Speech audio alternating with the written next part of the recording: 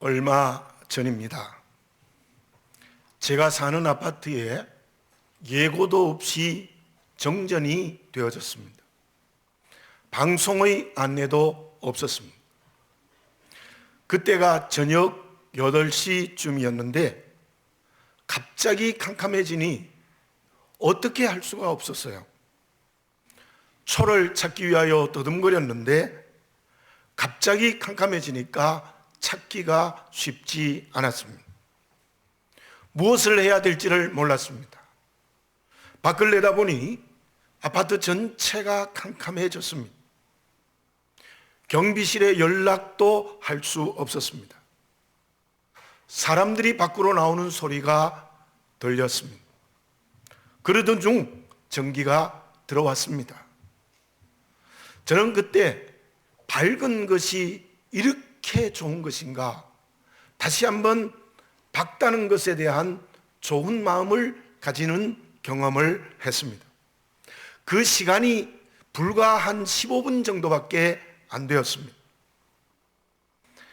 곧 방송이 나와서 갑자기 기계가 고장되어 정전이 되었는데 대단히 죄송하다는 내용이었습니다. 갑자기 어두워지니 아무것도 할 수 없었습니다. 밝아야 무엇인가를 할 수 있는 것이죠. 믿음으로 사는 저와 여러분, 우리들이 어두운 때에 어떻게 해야 되겠습니까? 아무것도 할 수 없습니까? 그럴 수도 있습니다. 그러나 믿음으로 살아가는 저와 여러분들에게는 아무리 캄캄하고 어두워도 해야 될 일이 있습니다.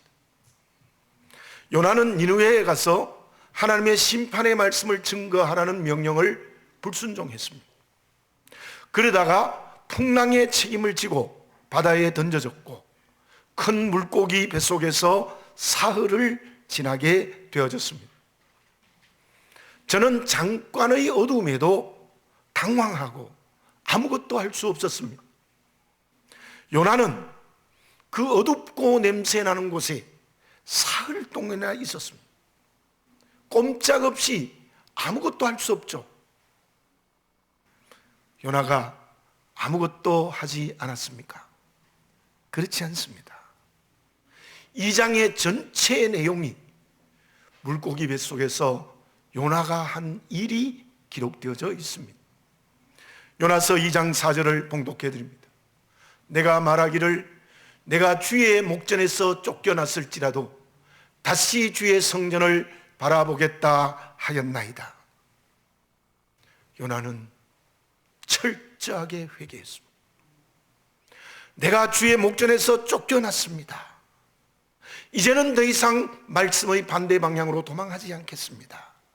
성전을 바라본다는 것은 오직 하나님의 말씀에 순종하겠다는 철저한 회개입니다. 주님이 부활하시어 살아계신 절기입니다. 어쩌면 기독교의 절기 중에 가장 밝을 때입니다. 햇빛이 찬란하게 비치는 때입니다. 그러나 우리는 기뻐하기보다는, 밝은 곳에서 무엇을 하기보다는 아무것도 할 수 없는 어둠 속에 매여 있습니다. 코로나19 때문입니다. 그러나 그 때문만도 아닙니다. 그로 인하여 제 눈으로 이 역사의 현장을 볼 때에, 우리나라의 현장을 볼 때에 정치, 경제, 사회, 문화가 다 캄캄해졌습니다. 깊은 어둠에 갇혀 있습니다. 이때에 어떻게 해야 되겠습니까? 가만히 있어야 되겠습니까? 절망해야 되겠습니까? 저와 여러분, 이때의 요나처럼 철저하게 회개해야 됩니다. 가만히 있으면 안 됩니다. 어떤 사람의 고백을 들어보았습니다. 미국에서 돌아왔습니다. 14일 동안 격리가 되었는데 아무것도 할 수 없었습니다. 텔레비전의 노예가 되었고 마음은 우울해서 견딜 수 없었다는 고백입니다. 저와 여러분들도 그렇습니까?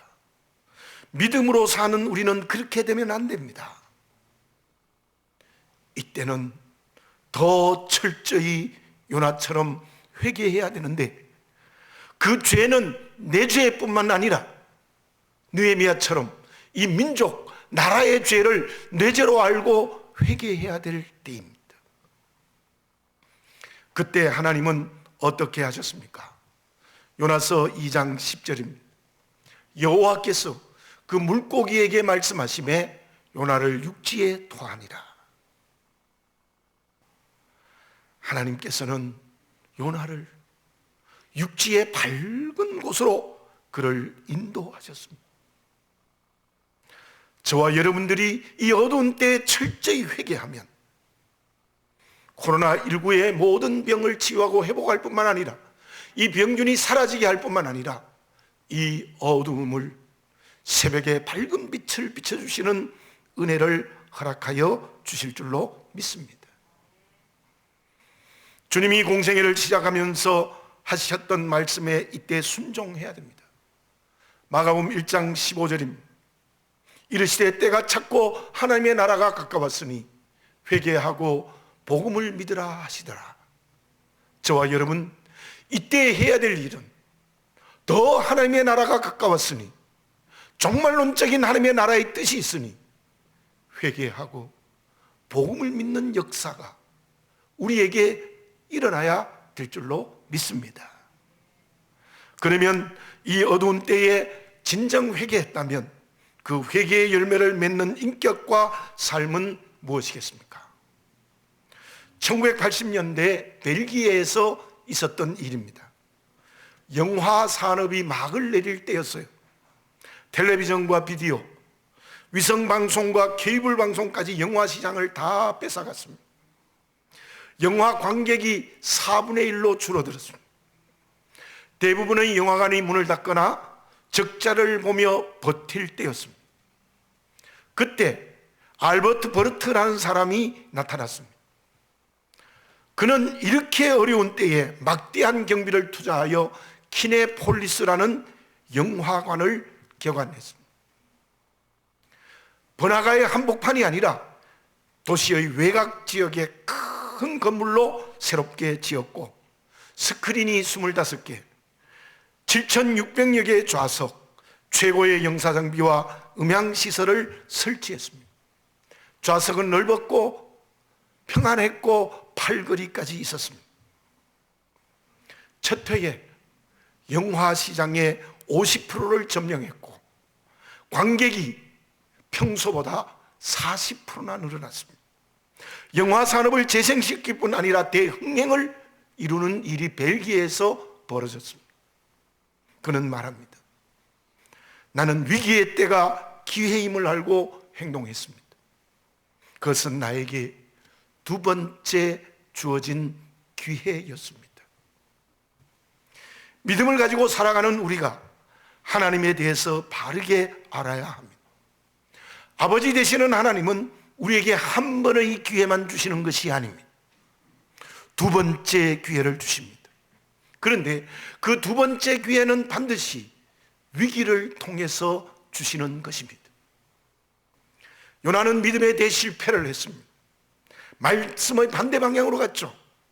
그 결과로 캄캄한 큰 물고기 뱃속에서 견딜 수 없는 고통의 자리에 섰습니다.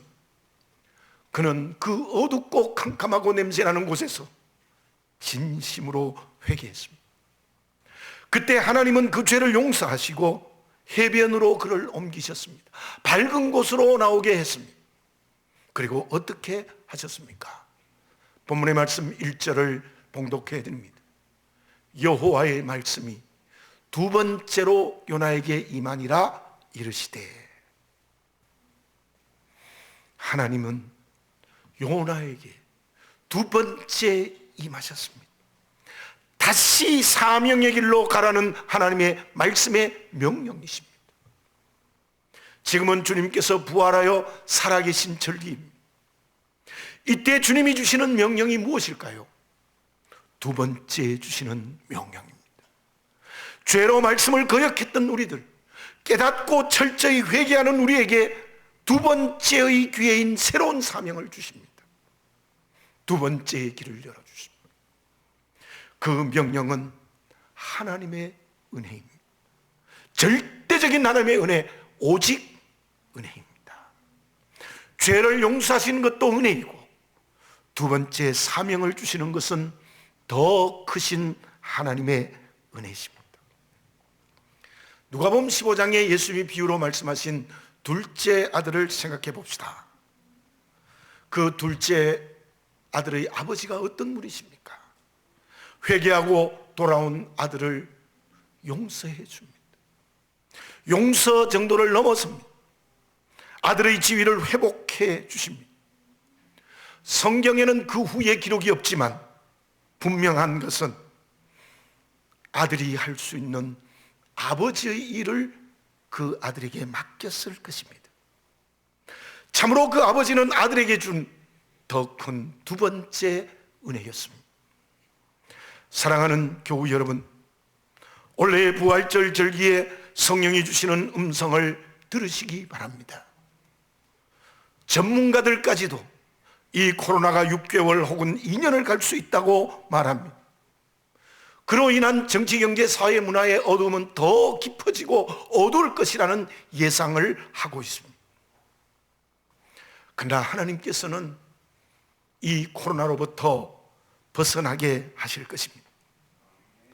주님의 살아계시는 이때 어떻게 해야 합니까? 진심으로 회개하고 용서의 은혜를 성령으로 경험해야 합니다. 말로만의 회개가 아닙니다. 저와 우리 교회, 저는 기도합니다. 한국 교회가 회개해야 됩니다.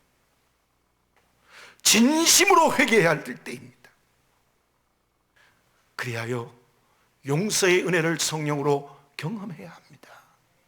그리고 두 번째 주시는 사명의 길을 열어주시는 주님의 은혜를 알고 성령으로 경험해야 합니다. 그렇다면 두 번째 주시는 사명의 은혜 앞에서 무엇을 해야 합니까?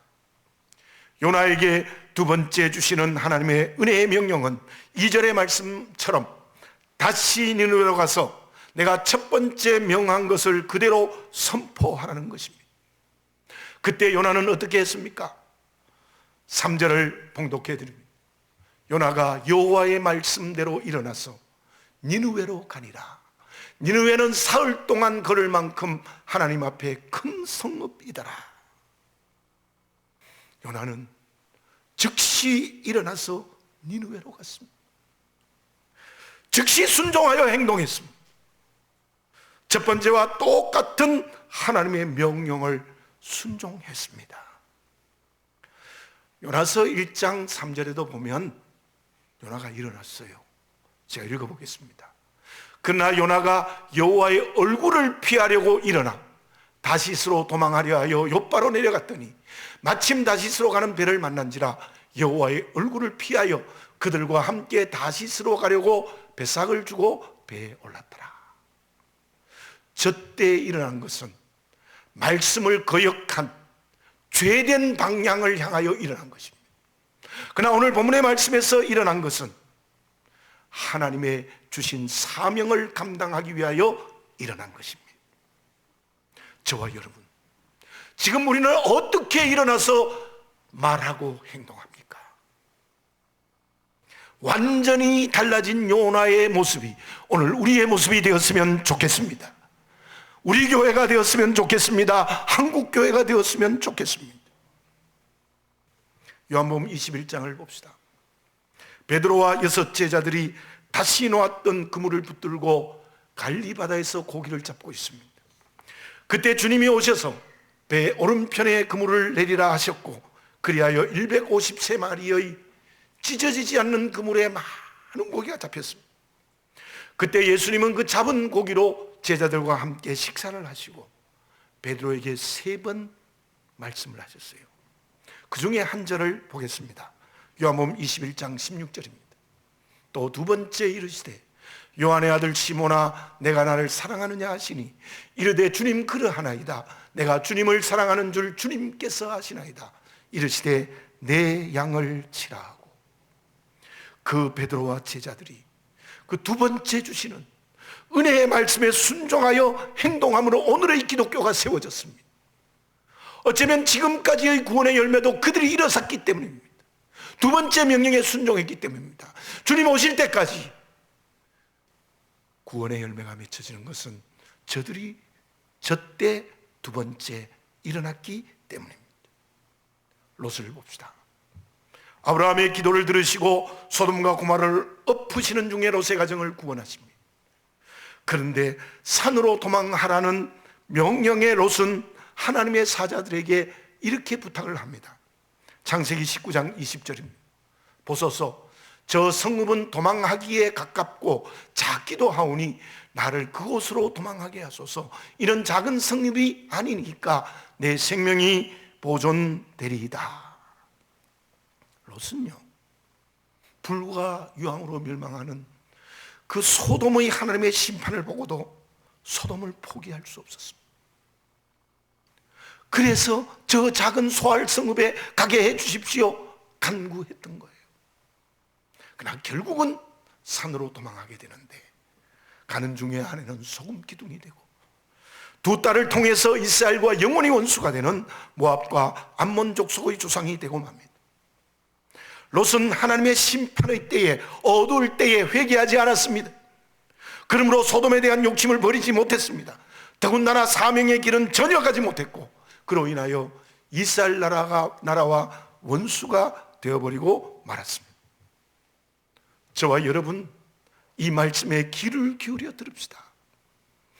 우리에게, 우리 교회에게, 한국 교회에게 코로나19는 하나님이 은혜로 주신 기회입니다.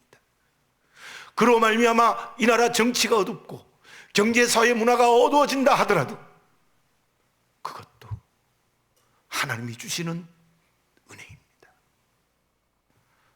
철저하게 회개합시다. 이기적 욕심을 버립시다. 물질과 세속화되었던 한국교회 회개해야 됩니다. 우리 교회도 회개해야 되고 나도 회개해야 합니다. 그때 주님은 우리를 밝은 곳으로 나오게 하실 겁니다. 한국교회의 새로운 빛으로 인도하는 희망을 허락하실 것입니다. 코로나를 해결할 뿐만 아니라 이 모든 어두움을 밝게 하는 새로운 기회를 주십니다. 그것이 오늘 우리에게 주시는 두 번째 은혜입니다. 그 은혜에 즉시 일어나 순종하는 역사가 일어나야 될 줄로 믿습니다. 그것이 부활의 절기에 우리가 주님 앞에서 해야 될 응답입니다. 사도행전 1장 8절 너무나 잘 알지만 다시 한번 말씀드립니다. 오직 성령이 내게 임하시면 너희가 권능을 받고 예루살렘과 온 유대와 사마리아와 땅끝까지 이르러 내 증인이 되리라 하시니라. 두 번째 제자들에게 주님이 승천하시면서 주신 명령이셨습니다. 이 명령을 순종하는 제자들을 통하여서 교회가 세워졌고 교회가 여기까지 왔고, 그리고 주님 오실 때까지 이 교회가 갈 것입니다. 그러면 또다시 주님이 두 번째 주시는 은혜 앞에서 순종하여 행동할 때 주시는 또 하나의 은혜가 있습니다. 그것이 무엇입니까? 미국 공군에서 있었던 일입니다. 비행기가 추락하는 사고가 연이어 일어나요. 원인을 조사해 보니 조종사의 좌석이 문제였어요. 좌석이 좁아서 비상시에 계기를 제대로 작동하지 못했기 때문이었습니다. 조종석을 여러 사람들의 평균으로 만들었기 때문입니다. 그래서 조종사의 좌석을 큰 것, 중간 것, 작은 것으로 바꾸었습니다. 그랬더니 사고가 현저히 줄어들었습니다. 평균의 종말이라는 글을 쓴 토드 로즈가이는 이런 말을 했습니다. 평균에 의지하는 것은 불행과 위험이 뒤따르고 결국 성공할 수 없다. 실패할 수밖에 없다. 여러분들 학교에서도 학생들이 중간쯤 가면 좋은 대학에 가겠습니까? 아닐 거예요. 이스라엘의 원수의 나라인 아수르의 수도인 니느웨에 가서 하나님의 말씀을 외쳤습니다. 사흘 길인 그 큰 성읍에 하루 동안 외쳤습니다. 요나는 사명을 제대로 감당했습니다. 무엇이라고 말했습니까? 하나님이 주신 말씀 그대로 40일이 지나면 이 성읍이 무너지리라. 결과는 어떻게 되어졌습니까? 5절에서 9절까지를 제가 읽어보겠습니다. 니느웨 사람들이 하나님을 믿고 금식을 선포하고 높고 낮은 자를 막론하고 굵은 베옷을 입은지라. 그 일이 니느웨 왕에게 들림에 왕이 보좌에서 일어나 왕복을 벗고 굵은 베옷을 입고 제위에 앉으니라. 왕과 그의 대신들이 조서를 내려 니느웨에 선포하여 이르되 사람이나 짐승이나 소떼나 양떼나 아무것도 입에 대지 말지니 곧 먹지도 말 것이요 물도 마시지 말 것이며 사람이든지 짐승든지 다 굵은 베옷을 입을 것이요 힘써 하나님께 부르짖을 것이며 각기 악한 길과 손으로 행한 강포에서 떠날 것이라. 하나님이 뜻을 돌이키시고 그 진노를 그치사 우리가 멸망하지 않게 하시리라. 그렇지 않을 줄을 누가 알겠느냐 한지라. 참 놀라운 역사가 일어났습니다. 아시리아의 수도인 니느웨, 이스라엘의 적대국인 니느웨, 우상이 가득한 니느웨 도시가 왕으로부터 백성들까지 모두 베옷을 입고 제에 앉아 금식하며 회개했습니다. 참으로 놀라운 역사가 일어난 거죠. 여기에서 우리가 볼 수 있는 것이 있습니다. 요나서가 가지고 있는 특징이 있습니다. 그 특징이 무엇인가 하면 모두가 큽니다. 평균 이상입니다. 평균이 아닙니다. 작은 것은 더군다나 아닙니다. 지중해 바다가 큰 바다입니다. 1장 4절의 큰 바람과 큰 폭풍입니다. 1장 17절의 물고기가 큰 물고기입니다. 요나의 회개는 단순한 회개가 아니라 그의 인생을 전부 뒤바꾸는 큰 회개였습니다. 그리고 니느웨 사람들의 회개는 짐승들까지 금식하는 모든 백성들의 큰 회개였습니다. 저는 개인적으로 큰 것을 좋아하지 않습니다. 작은 것을 귀히 여기고 사소한 일을 귀히 여긴다는 생각 늘 하고 있고 목회자로서 그 길을 잃어버리지 않으려고 했습니다. 교회 안에서도 약한 지체가 소중하다고 생각합니다. 그러나 요나서에서의 하나님의 말씀은 그렇지 않습니다. 요나서에 주시는 하나님의 음성이 무엇입니까? 모두가 큰 거예요. 요나서 전체가 가지고 있는 특징입니다. 믿음이 커야 합니다. 작은 믿음이 안 됩니다. 변화산 하에서 9 제자들이 물에도 넘어지고 불에도 넘어지는 간질병하는 아이를 아무리 기도해도 안 고쳐졌어요. 변화산에서 내려오신 예수님께서 그 이유가 무엇인가를 마태복음 17장 20절 상반절에서 이렇게 말씀하십니다.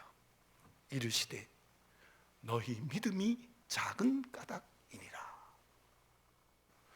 작은 믿음으로는 안 됩니다. 평균의 믿음으로도 부족합니다. 생명이 살아 움직이고 넘치는 큰 믿음이 있어야 합니다. 요나서의 중요한 하나님의 은혜는 어떤 회개입니까? 회개하고 일어나서 니느웨 성에 하나님의 심판의 말씀을 전한 요나로 인하여 하나님의 은혜의 역사가 어떻게 일어났습니까? 작은 은혜가 아닙니다. 평균의 은혜도 아닙니다. 큰 능력의 역사가 일어났습니다. 왕으로부터 온 백성들이 회개하고 하나님을 믿는 역사가 일어났습니다. 둘째 아들이 회개하고 돌아왔을 때 아버지는 어떻게 했습니까? 아버지의 재산입니다. 아버지의 재산, 자기가 노력하고 애써 번 것이 아닙니다. 아버지의 재산을 허랑방탕하여 다 써버리고 비참한 거짓골로 돌아온 이 아들에 대한 아버지의 은혜는 어떤 은혜였습니까? 큰 은혜였습니다. 새 옷을 입히고 손에 가락지를 끼우고 살찐 송아지를 잡아 동네 사람들을 불러 큰 잔치를 베풀었습니다. 그리고 아들이라는 큰 능력을 주었습니다. 그러나 회개하지 않는 가버나움에는 어떻게 말씀하셨습니까? 마태복음 11장 23절입니다. 가버나움아, 내가 하늘에까지 높아지겠느냐? 음부에까지 낮아지리라. 내게 행한 모든 권능을 소돔에서 행하였더라면 그 성이 오늘까지 있었으리라. 실제로 예수님의 공생애에서 갈리사역의 중심은 가버나움입니다. 가버나움에서 얼마나 주님의 큰 능력의 역사가 일어났습니까? 그러한 큰 은혜가 일어나도 그들은 회개하지 않았고, 그로 인하여 너희들이 심판할 때에 소돔보다도 큰 심판이 일어날 것이다. 그렇게 말씀하신 겁니다. 모두가 걱정합니다. 코로나가 해결되었을 때 교회가 회복되겠느냐의 문제입니다. 이 어두운 때에 교회가 어떻게 해야 되겠나는 걱정을 합니다. 그럴 수도 있습니다. 그러나 저는 믿습니다. 이때가 하나님이 주시는 큰 은혜의 기회입니다. 전부 모두를 회개하고, 그리고 그 회개가 인격과 삶으로 나타난 회개의 열매를 맺는 큰 믿음을 가져야 될 때가 바로 지금의 때라는 사실을 우리가 눈을 열고 보는 그리스도인이 되어져야 될 줄로 믿습니다. 사랑하는 교우 여러분, 다시 말씀드립니다. 작은 믿음으로 안 됩니다. 지금은 평균의 믿음으로도 안 됩니다. 1등하는 믿음을 가져야 됩니다. 큰 믿음을 가져야 됩니다. 크게 회개하고 주님이 주신 큰 사명을 감당해야 된다는 것입니다. 그때 주님은 큰 은혜의 능력을 주실 줄 믿습니다. 나의 니느웨가 어디입니까? 우리 교회의 니느웨는 무엇입니까? 한국 교회의 니느웨는 어디입니까? 이때 우리들은 그들에게 믿음의 모범을 보이고 복음을 증거해야 됩니다. 그때 주님께서 큰 은혜, 크신 능력을 니느웨에 베풀어졌던 것처럼 허락하여 주실 줄로 믿습니다. 그러면 두 번째 소명을 감당할 때 큰 은혜의 능력을 주시는데 그 결과는 어떠했습니까? 10절을 봉독해 드립니다. 하나님이 그들이 행한 것 곧 그 악한 길에서 돌이켜 떠난 것을 보시고 하나님이 뜻을 돌이키사 그들에게 내리리라고 말씀하신 재앙을 내리지 아니하시니라. 하나님이 그들의 진실된 회개에 응답하셨습니다. 뜻을 돌이키시고 그들의 죄를 용서하셨습니다. 그리고 그들에게 내리려고 했던 심판의 재앙을 내리지 않으셨습니다. 주님이 나를 통하여, 그리고 우리 교회 한국교회를 통하여 사명의 대상인 니느웨를 구원하시기를 원하십니다. 우리가 그 두 번째 사명을 제대로 일어나 감당하면 하나님께서 그들을 구원하는 큰 통로가 되는 나와 우리 교회 한국교회가 될 줄로 믿습니다. 그때 하나님의 용서의 역사가 일어나고 구원의 역사가 일어나고 이 땅에 하나님의 나라가 되는 놀라운 역사를, 큰 능력의 역사를 일으켜 주실 줄로 믿습니다. 나의 니느웨는 어디입니까? 우리 교회의 니느웨는 어디입니까? 한국교회의 니느웨는 어디일까요? 회개하고 그것으로 가기 위해서 일어나고 있습니까? 아니면 아직도 앉아있고 깊은 잠에 빠져있지 않습니까? 기도드리겠습니다. 거룩하신 아버지 하나님, 두 번째 주시는 하나님의 큰 은혜 앞에서 철저히 큰 회개를 하고 그 말씀에 순종하여 일어나는 내가 되게 하시고 우리 교회가 되게 하시고 한국 교회가 되게 해 주시옵소서. 그때 하나님은 은혜로 밝은 곳으로 인도하실 뿐만 아니라 용서하시고 구원의 역사가 일어나고 하나님의 나라가 이루어질 줄 믿습니다. 아버지 하나님, 이 어두운 때에, 참으로 정치, 경제, 사회, 문화가 캄캄하고 어두운 이 때에 우리의 영적인 눈을 열어 두 번째 주시는 하나님의 말씀의 큰 명령에 순종하는 큰 믿음 가지게 하여 주시옵소서. 하나님의 아들 우리 주 예수 그리스도의 이름으로 기도드립니다. 아멘. 우리 주신 말씀 기억하시면서 찬송가